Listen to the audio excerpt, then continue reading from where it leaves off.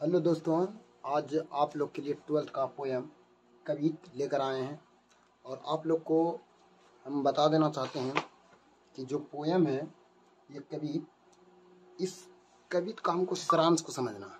ये सारांश किस ढंग से समझें कि बिहार बोर्ड का हर एक क्वेश्चन आंसर और 5 नंबरिया क्वेश्चन जो पूछा जाता है कि कवित का सारांश लिखें या पद का लिखें, कोई आ जाता कि जैसे मलिक मोहम्मद जैसी का प्रथम करवा का भाव स्पष्ट करें।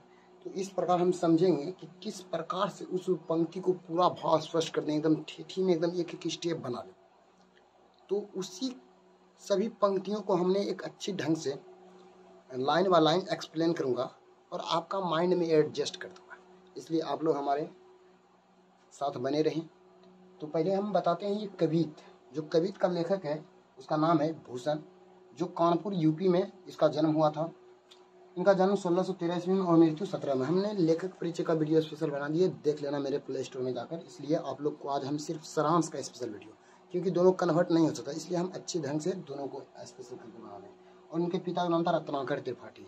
खैर ये तो लेखक परिचय में पढ़ने वाला, लेकिन समझना है कि आखिर ये कवित क्या दर्शाना चाहता है। जो लेखक है हमारा भूषण जो है ना, हमारे इस पृथ्वी पर दो महान व्यक्ति को बारे में ही इस कवित का वर्णन किया। जैसे हम लोग का राजा वीर शिवाजी का नाम सुने होंगे, वीर शिवाजी का बारे में वर्णन किया। और एक हमारे पृथ्वी पर एक महान प्रतापी राजा जिसका नाम था राजा छत्रसाल। दोनों को अच्छे ढंग से तो इस तरह पूछेगा कि जो कवित लिखा है प्रथम कवित में किसका वर्णन किया गया। तो प्रथम कवित में जो है ना छत्रपति शिवाजी के बारे में ये ऑब्जेक्टिव भी पूछता है। जो प्रथम कवित स्पेशल लिखा है भूषण किसके ऊपर, छत्रपति शिवाजी के ऊपर। और जो दूसरा कवित लिखा है वो है राजा छत्रसाल के। आखिर लिखा है तो कहीं से लिया होगा ना, तो अलग अलग प्रकार राइटिंग क्या था। तो उन्होंने बताया कि जो छत्रपति शिवाजी है यानी प्रथम कवित है वो किससे लिया गया है, तो शिवा बावनी से। इसमें पूछेगा कितना मुक्तक होता है, 52। ये इम्पोर्टेंट है, इसीलिए बता रहे हैं। हम छत्रपति शिवाजी के बारे में पढ़ रहे हैं तो आखिर कहीं से लिया होगा ना, तो उसका नाम है शिवा बावनी से लिया गया। नाम है शिवा, अर्थात शिवाजी के बारे में जो वर्णन किया गया है वो शिवा बावनी में। और इसमें पूछा कितना मुक्तक है, 52। नाम में शिवा बावनी यानी 52 मुक्तक। और दूसरा है कवित है राजा छत्रसाल का। और राजा छत्रसाल ये छत्रपति जो छत्रसाल है इससे लिया गया, यानी जो छत्रसाल दशक है उससे लिया गया। इसमें 10 छंद होते हैं। तो इस ऑब्जेक्टिव पूछेगा प्रथम कवित में किसका वर्णन है, छत्रपति शिवाजी का। और द्वितीय कवित में किसका, राजा छत्रसाल का। इतना को समझ में आ गया। जो लेखक है इसका बचपन का नाम तो नहीं दिया, लेकिन जो ये भूषण नाम रखा है ये बोलता सोलंकी राजा चित्रकूट के जो एक राजा था महान प्रतापी रुद्रसाह ने इसका नाम भूषण रखा था।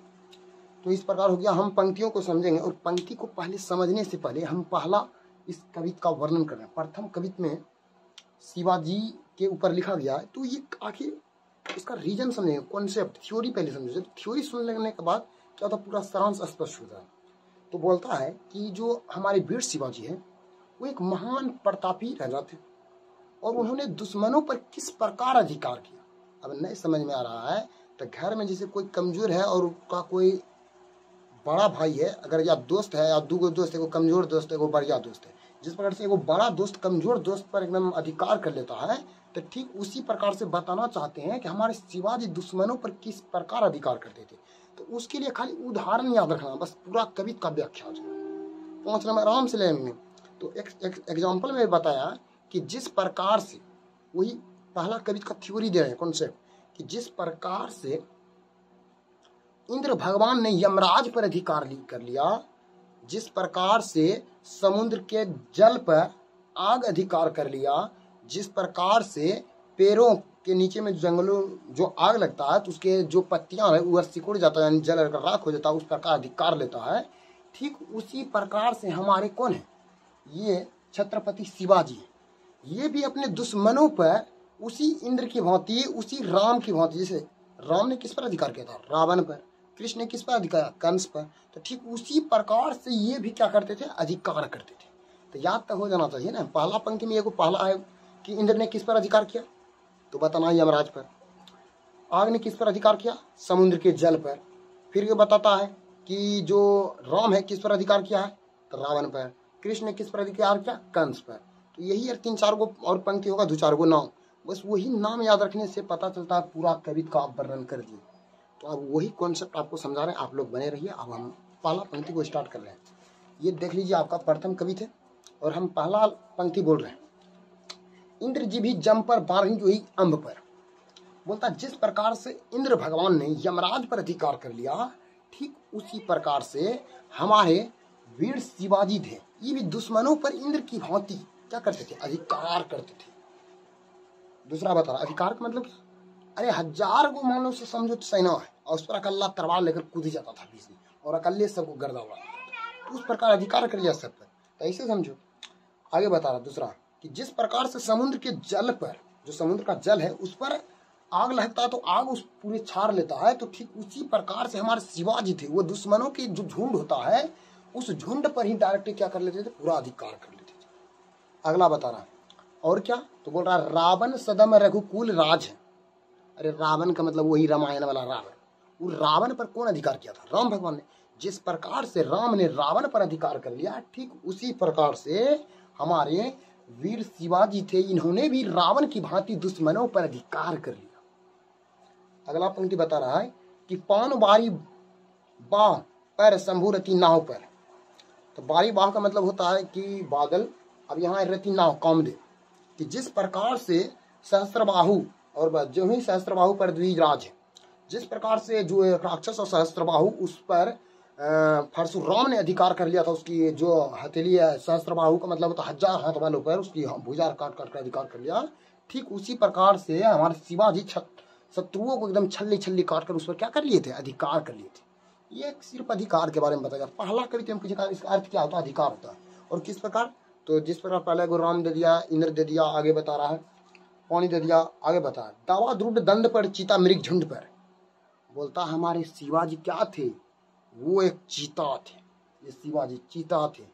जिस प्रकार से दावा द्रुड दंड पर चीता मृग झुंड पर, कि चीता जो है मृगों की झुंड पर आक्रमण करता है, कोई एगो मृग के झुंड पर अधिकार करता है, ठीक उसी प्रकार से शिवाजी कोई एक दुश्मन पर अधिकार नहीं करता।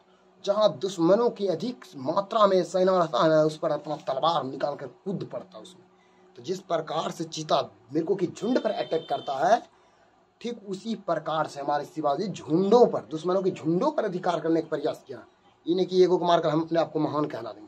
ये महान इसलिए आज है शिवाजी, क्योंकि ये दुश्मनों के झुंड पर कूदते थे।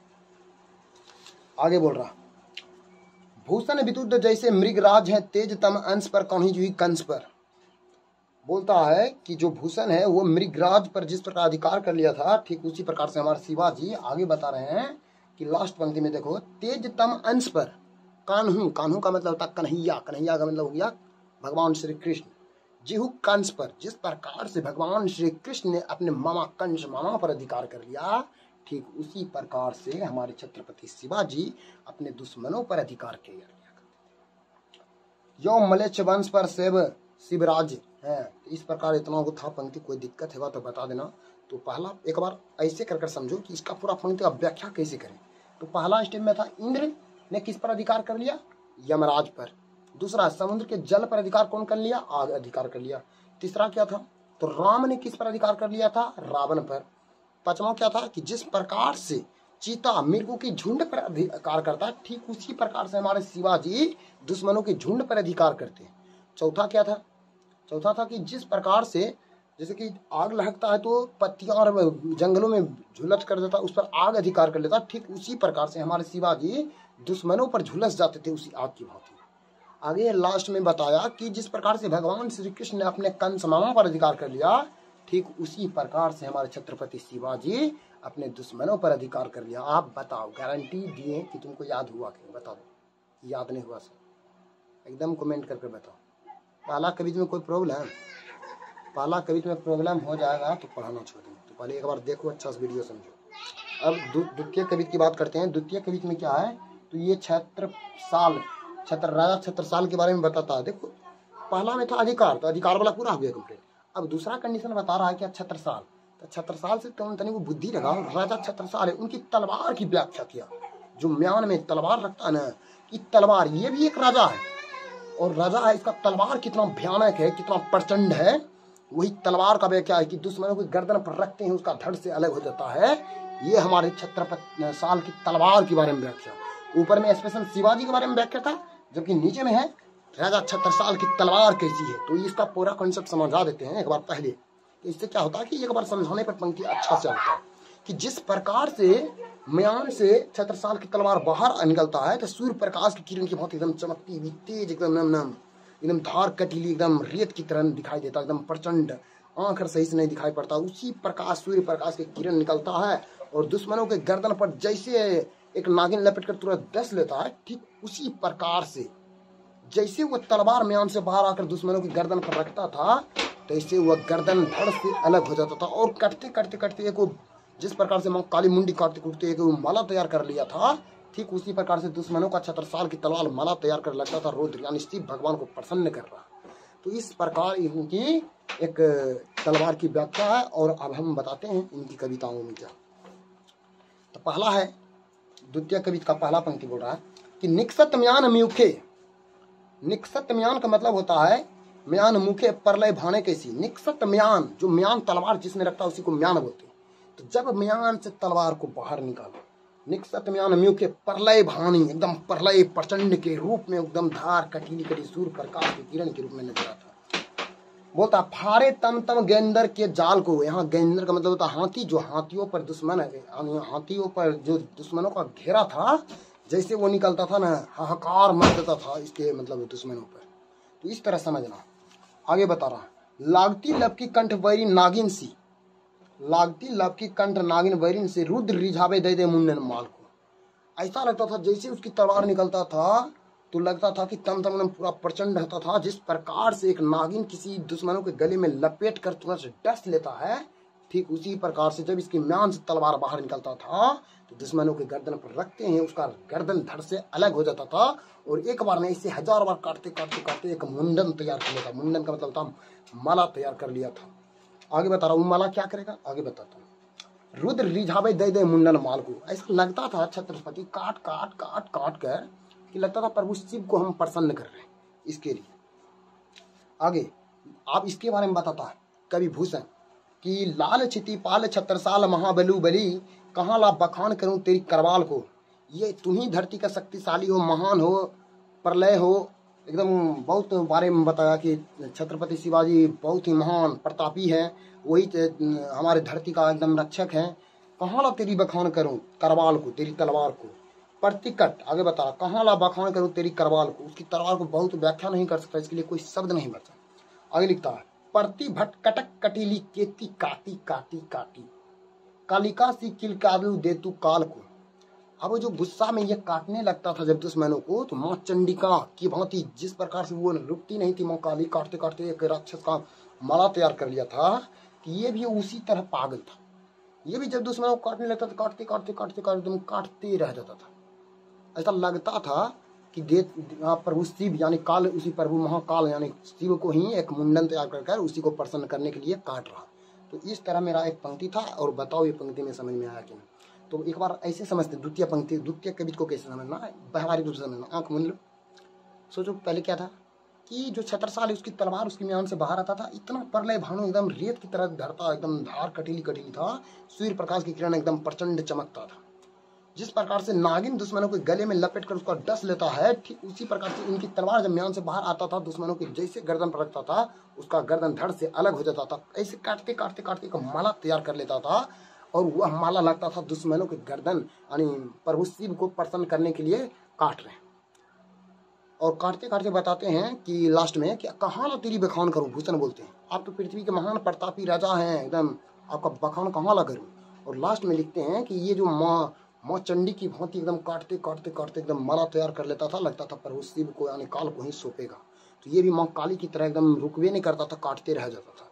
इस तरह था पंक्ति। और कोई बताओ कविता में कोई पंक्ति समझ में नहीं आया तो कमेंट कर और कम से कम चैनल को सब्सक्राइब जरूर करें अगर अच्छा वीडियो लगे तो। पहला हम क्वेश्चन आंसर एक बार देख लो कि क्या पढ़े हैं, पोएम पढ़ने से पीछे वाला क्वेश्चन आंसर बनता है कि नहीं। तो पहला क्वेश्चन है कि शिवाजी की तुलना भूषण ने किन किन से किया था, बताओ। शिवाजी मतलब पहला कविता में है शिवाजी, उनकी तुलना किससे किया था, पहला यही था, इंद्र से किया था, राम से किया था, कृष्ण से किया था, वही आग से किया था और चीता से किया था। तो ये हर से लिख देना कि अब ऐसे तो नहीं होगा। तो ये हम अभी समझा रहे हैं, लिखाने का परिभाषा क्वेश्चन आंसर करवाएंगे। तो आप लोग हमारे वीडियोस बने रहे। शिवाजी की तुलना भूषण ने मृगराज से क्यों किया था? अब क्वेश्चन ये, जो शिवाजी है उनकी तुलना मृगराज से क्यों किया था? मृग मतलब हो गया वही जो हिरण का जो झुंड था, उसी को मृगराज कहा, उससे क्यों किया था?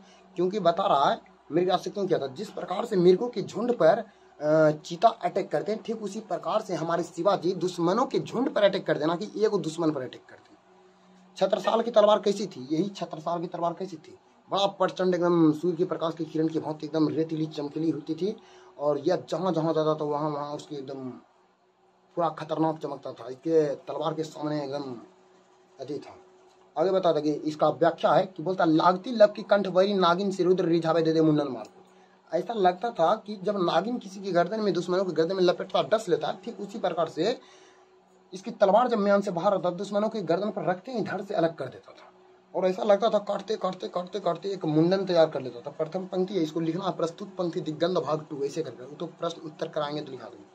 आगे खन में प्रतिभट कटेली काटी काटी काली काशी देतु किलकाल देती काल को। प्रतिभट कलक करी, प्रस्तुत पंक्ति लिखकर लिखना कि जब छत्रसाल दुश्मनों को गर्दन को काटने लगा था तो मां चंडिका की भांति सवार होकर काटते काटते काटते लगता एक मुंडन तैयार करके काल को प्रसन्न करने के लिए, खुश करने के लिए देता था। ये क्वेश्चन था। भूषण रीतिकाल के किस धारा के? रीतिमोर के सिरमोर कमी थे। आगे है, आपके अनुसार दोनों छंदों में अधिक प्रभावी कौन था? दोनों छंदों में कौन अधिक प्रभावी था? प्रभावी का मतलब क्या था? अधिकार कौन किया था? तो पहला कवि तो सबसे अधिक प्रभावी था, क्योंकि यह शिवाजी जिस प्रकार दुश्मन पर अधिकार करते थे, तो पहला पंक्ति था। कोई दिक्कत होगा, डाउट होगा, आप लोग कमेंट करें और सब्सक्राइब करें। धन्यवाद। जय हिंद, जय भारत।